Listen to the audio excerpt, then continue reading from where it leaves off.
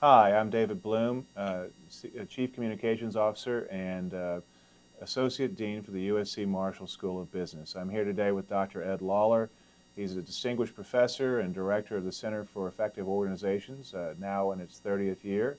Dr. Lawler collaborated with Heidrick & Struggles, the noted headhunting executive search firm, for his annual survey of members of corporate boards of directors to talk about their opinions and sensibilities on a variety of issues like executive comp. This year's findings, one that's gotten a lot of attention, has been unhappiness by a significant portion of board members about the amount of money that most CEOs are being paid. The great irony, of course, is that they're the ones who decide what they get paid. Yeah, they're unhappy with their own behavior, I guess, or at least with the result of their behavior. It's an interesting issue. I've been following it for about 10 years now, and there has been a rising feeling of dissatisfaction among corporate board members, just as there's been a rising amount of compensation going to CEOs and senior executives. Mm-hmm. Doesn't seem to have slowed down the rise in compensation, however. And I think it's fair to say that board members are a little bit between a rock and a hard space when it comes to executive comp. It's incredibly complicated. It's only gotten more so, right? It's gotten more so every year, basically. There's new plans, new ideas. Consulting firms are always producing and pushing new products. Right. They're deluged with new ideas that they ought to implement that'll turn the company around potentially or attract the right CEO. The magical CEO can come in and straighten things out. On the other hand, of course, their institutional shareholders are saying, what's going on here? This looks like a big amount of money going out the door. Increasingly, it's being looked at as actually directly affecting earnings. The argument for a while was, well, it looks big, but if you really take the profit of the company and look at it as a percentage of profit, it's minuscule. So what's the issue? Right. Well, that's no longer true. It's gotten to the point in some cases where it is a significant percentage of the profits of the company, and if it was much lower, profits would be up noticeably, several cents a share in some cases. So it's not just a trivial factor, it's a real one. Well, when it's a $100 million payout, obviously it's going to whack even a big company's even a big line. company will notice that in their earnings reports. And yes, certainly the board makes decisions and votes on CEO compensation packages. So you kind of pull back and say, well, why do they keep approving these large packages? And not an easy one to answer, but there's a number of things that converge, I think, to cause them to endorse these packages, even though they may be a little uncomfortable with them or think they're too high. Just one example, many of the board members, of course, are CEOs. Right. And when they're voting on somebody else's pay package, they're also voting on their own, because that new package goes into the database that the consulting firm will come to their company with and say, wow, look at how executive comp is rising. Do you want your CEO to fall behind the market in compensation? Right. And of course, no. Nobody who wants to have a below average CEO. Exactly. From a compensation point of view, and certainly from a performance point of view. Well, now, what you found that caught a lot of people's ears was that about a third, 32.2%, of the folks who responded to your survey said that CEO compensation is too high in most cases, quote unquote.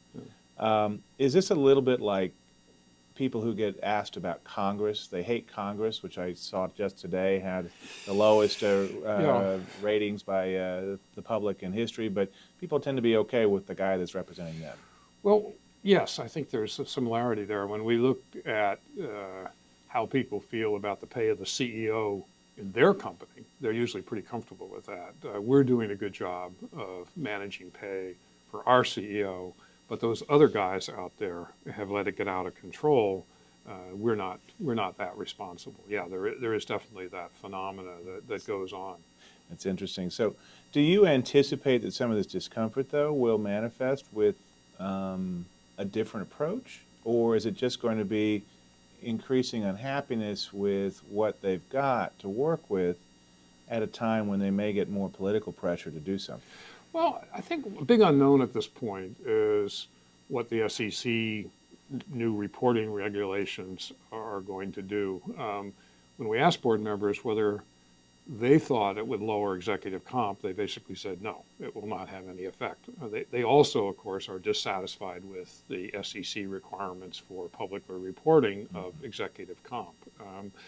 One thing that does do, though, is give you a single table where you can look at the executives of a company and get a pretty good reading on how much they're paid. As long as you don't read the 30-some pages that come along with it and trying to figure out actually what's going on, if you only want a snapshot, it helps on that. Right. If you want to really find out what's going on, board members will tell you, and anybody else will tell you, that it's pretty impossible from what's reported today. And your survey certainly points to that, there was substantial unhappiness with the SEC mandated executive comp information rules. They have to report now these proxy statements. Talk to me a little bit about what it is that they don't like about this. I mean, there's certainly been plenty of controversy on the other side about the information they're getting, how clear it is, how clearly it's being described. What's their dissatisfaction? I think board members, if you were to press them, would say it's one more difficult to comply with government regulation that adds costs, justifies more consultants, bulks up the proxy statement with relatively little communication value. And of course, the SEC to some degree is agreeing with them. The SEC is saying they aren't very communicative because you don't give us enough of the right kind of information. Right. And of course, what the board members then say is, well, if we go much deeper, we're giving you proprietary information and we're going to be at a competitive disadvantage because our competitors will know what we're focusing on, what we're rewarding, and what our strategy is going to be. So I think we'll see a several-year tussle between boards and CEOs and the SEC around just what kind of information you can reasonably put into one of these reports without violating the company's need for confidentiality around business strategy and objectives. Now, the third sort of significant finding off of this year's study was that there was a broad consensus about pay differences between the number one guy and the number two guy. I have to say I'm somewhat surprised that they're open to it being as big as it is, no more than 3 times higher. I mean, your COO is a pretty important cog in any machine, and to say that we'll still pay the top guy 3 times as much is quite a number, I would think. It is and it isn't, actually. First of all, I was surprised there was as much consensus. Almost everybody said that the highest paid should be about 2 to 3 times higher than the second highest paid. I actually thought that they would be comfortable with more spread there, largely because of the final numbers that come out, where in fact in many high-profile cases it's multiple times. It's not 2 or 3 times. It's 10, 15 times higher than the next pay. And of course, it's a very different situation where there is a CEO and a CEO, and that's not necessarily the norm, of course. So we didn't split the sample for situations where there's a COO and a CEO. Might see, it's a good point, you would probably see some difference there among board members as to how much spread there should be depending upon the presence or absence of a COO. Okay. And finally, you've done this, as you said, for about a decade now. Are there any big picture trends that you've noted over that time that are particularly important?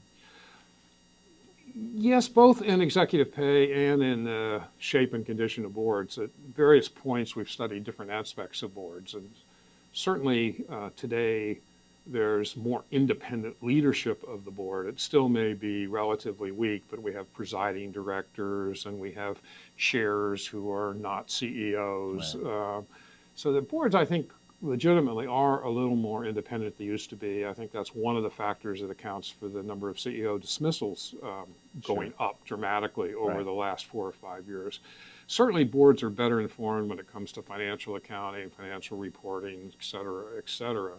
The membership of boards has changed to independent directors much more commonly. They may still go to the same country club as the CEO or whatever, have some connection, but at least they aren't the direct reports of the CEO within the company. So there's really been pretty much a number of pretty dramatic changes in corporate boards over the last decade. Much of it really going back to the criminal behavior in the early 2000s, the Enron and other Tyco cases, where there were total collapse really of boards and effectively monitoring companies. Interesting. Well, thank you very much. Again, this is David Bloom with the USC Marshall School of Business with Ed Lawler, distinguished professor and director of the Center for Effective Organizations at USC Marshall. Thanks. Thank you, David. Thank you.